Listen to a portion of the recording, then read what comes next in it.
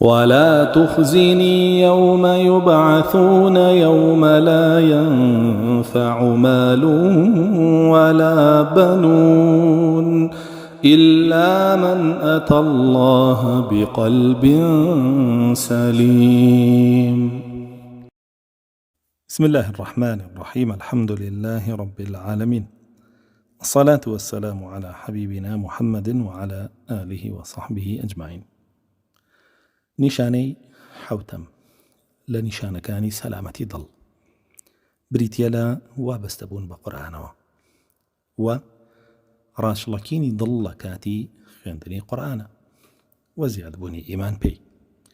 الله سبحانه وتعالى لقرآن فرمي إنما المؤمنون الذين إذا ذكر الله وجلت قلوبهم وإذا تليت عليهم آياته زادتهم إيمانا وعلى ربهم يتوكلون.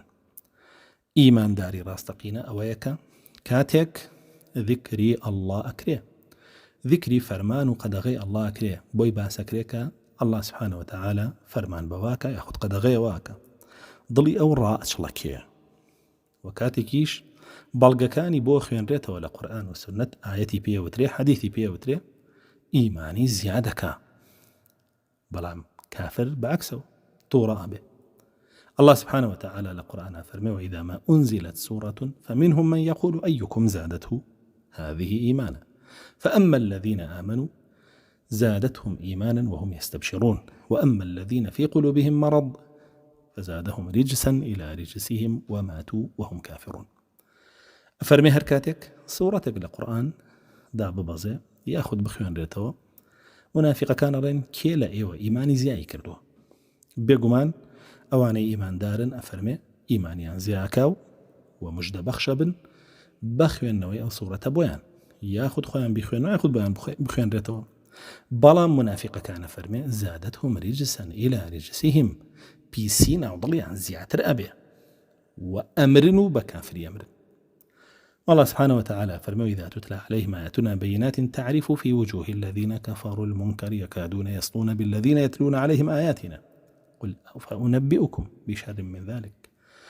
أفرمي قربيت وم كافرانا آياتكاني الله ينبو بخوانيتو قرآن ينبو بخوانيتو بنيدا مشاويان كرجبيو بيتاقة بن تعرف وجوه الذين كفروا المنكر كافر كان دا مشاويان أدن بيكا وبيتاقة بن ببيستني قرآن أقربو يان بكري يسطون بالذين يتلون عليهم آياتنا أكيشن بو كسايا قرآن كان بو خوانيتو كأمانة بيسترين وقيزون تريني إنسان كانت خالي هشتم بريتيلا الالتزام بالجماعة.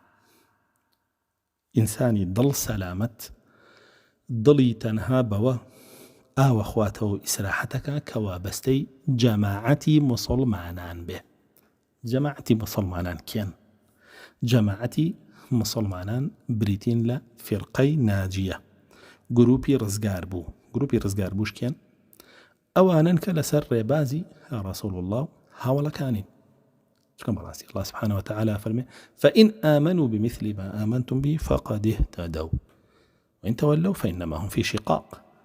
أجر أو خلق إيماني أن وكو إيماني صحابة كان به أو ضليان هدايتي ورقرتوه أجريش بشتيتيا بكن أو خويان جا كردتو لجماعته فسيكفيكهم الله سبحانه وتعالى سزايان أدات بۆخۆی سزایان ئەدات. خاڵی نۆیەم بریتیە لە کەم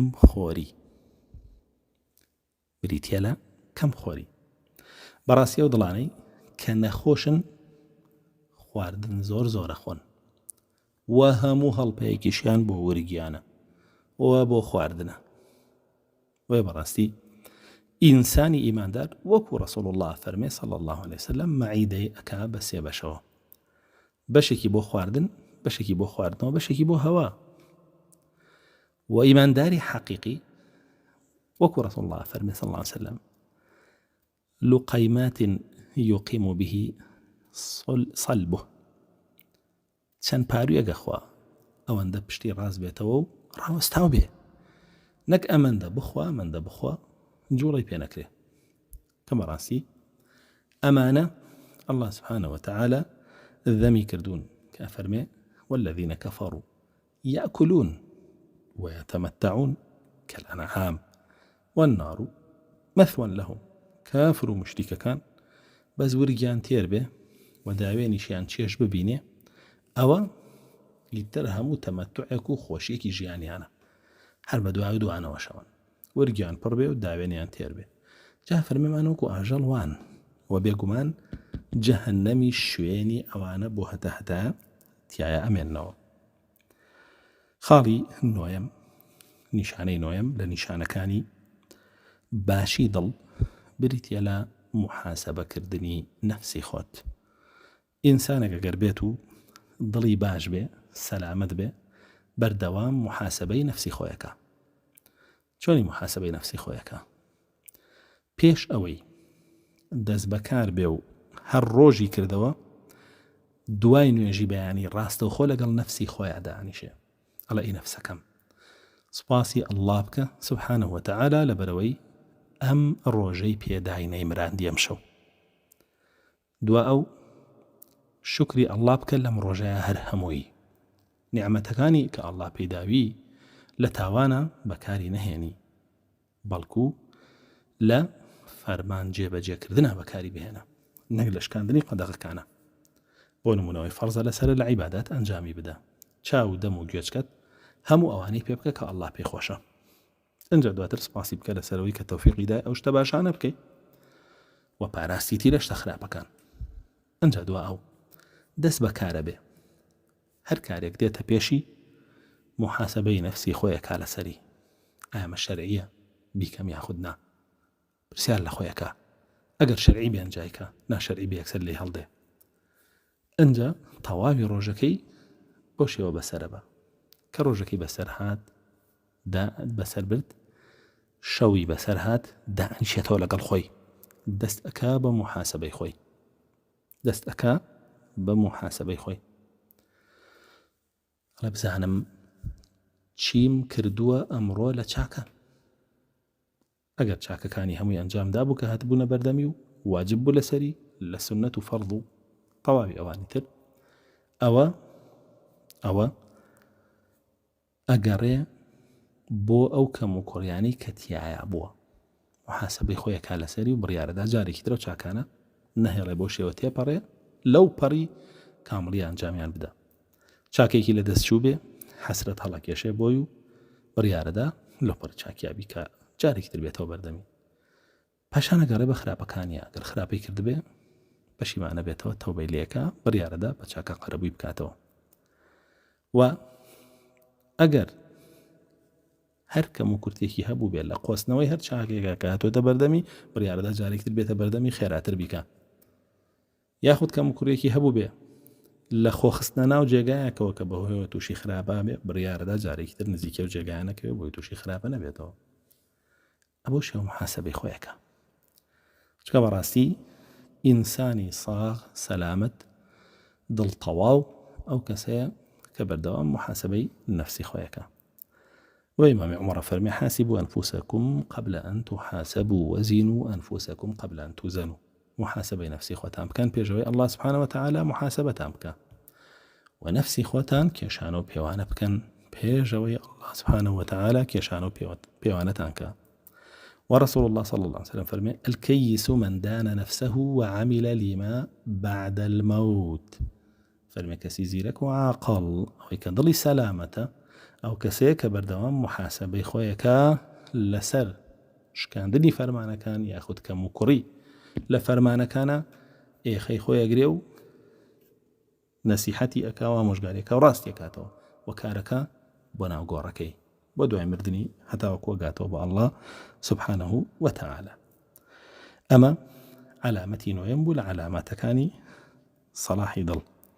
علامەتی دێم بریتیە لە بیرکردنەوە لە مردن، بیرکردنەوە لە سەرە مەرگ، ئایا عاقیبەتم خەیرە بێ یاخود شەڕە بێ، بیر بکاتەوە بترسێ لە عاقیبەت شەڕی، دواتریش بترسێ لە خودی مردن خۆی، لە ڕۆحکێشان، لە پێشهاتەکانی سەکەڕاتی مەوت، دواتر بیر بکاتەوە لە زیندوو بوونەوە، بیر بکاتەوە لە ساحەی مەحشەڕ، بیر بکاتەوە لە بەردەم تەرازوو، بیر بکاتەوە لە بەردەم میزان و بەردەم پەروەردگاری کاتێک کە پرسیاری لێکا بۆ ئەوەت کرد و بۆت نەکرد بیر بکاتەوە لە سەیڕات بیر بکاتەوە لە حەوضی کەوثەر بیر بکاتەوە لە نامەی کردارەکان دواتر بیر بکاتەوە لە قونەیتەڕە لە حەقی خەڵکی کە چی لە کەسێک کە دڵی ساغ و سەلامەت بێ ئەم مەشهەدانە کە الله سبحانه وتعالى فەرموویەتی لەتەرکەبن طبقا عن طبق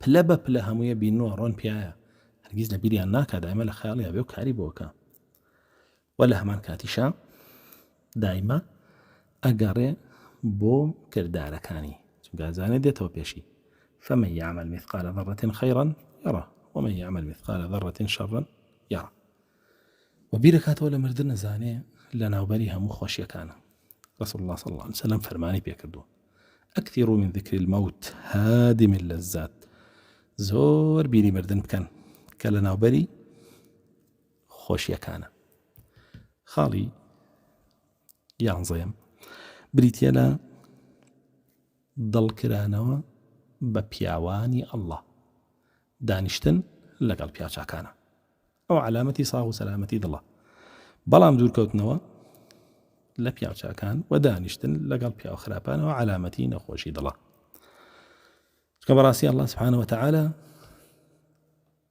بۆ رسول الله صلى الله عليه وسلم هاوڵ هەڵەبژێرێ ئەو بیئەی کە ئەبێ تایە بێ ئەو کەسانەیە بێ هاوڵیان کە بۆی هەڵەبژێرێ ئەبێ پیاو چاک بن نابێ پیاو خراپ بن واصبر نفسك مع الذين يدعون ربهم بالغداة والعشي يريدون وجهه ولا تعد عيناك عنهم تريد زينة الحياة الدنيا ولا تطع من أغفلنا قلبه عن ذكرنا واتبع هواه وكان أمره فرطا تو أي رسول الله صلى الله عليه وسلم خدي خود ودواتريش طاوي من داران لقل كي هرسن ودانشن الذين يدعون ربهم بالغداة والعشي أواني عبادتي الله كان بعين تعوانا يريدون وجهه رضا من دي الله أنا سبحانه وتعالى تلقى الله أنا استودانشا ولا تعد عيناك عنهم تريد زينة الحياة الدنيا ولا تطع من أغفلنا قلبه عن ذكرنا واتبع هواه وكان أمره فرطا أهل دنيات نبي نزيك وانك وانا ضلدنا خوشخا دور كورو لوانيك جورالي فرمانا كاني الله ناكن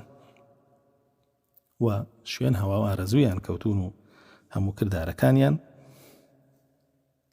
زیادە ڕەویتیایە سنوور بەزاندنی تایە و هەموو کردارەکانیان لەسەر حەزەکانیانە. خاڵی دوانزەیەم بریتە لە سەدەقەکردن.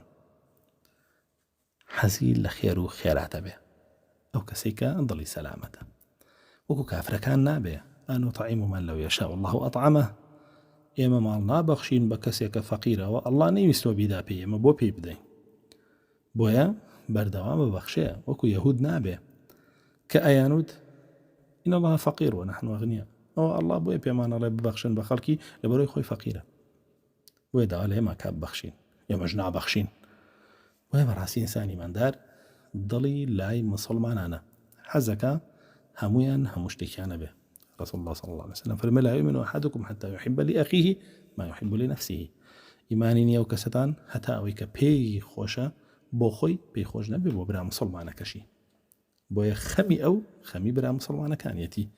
بەڕاستی دینی ئیسلام دینێکە ڕێگەت نادا تۆ هەر خەمی خۆتت بێ، بەڵکوە بێ خەمی مسلمانانیشت بێ، خەمی ئیماندارانیشت بێ، خەمی ئەوان خەمی تۆش بێ.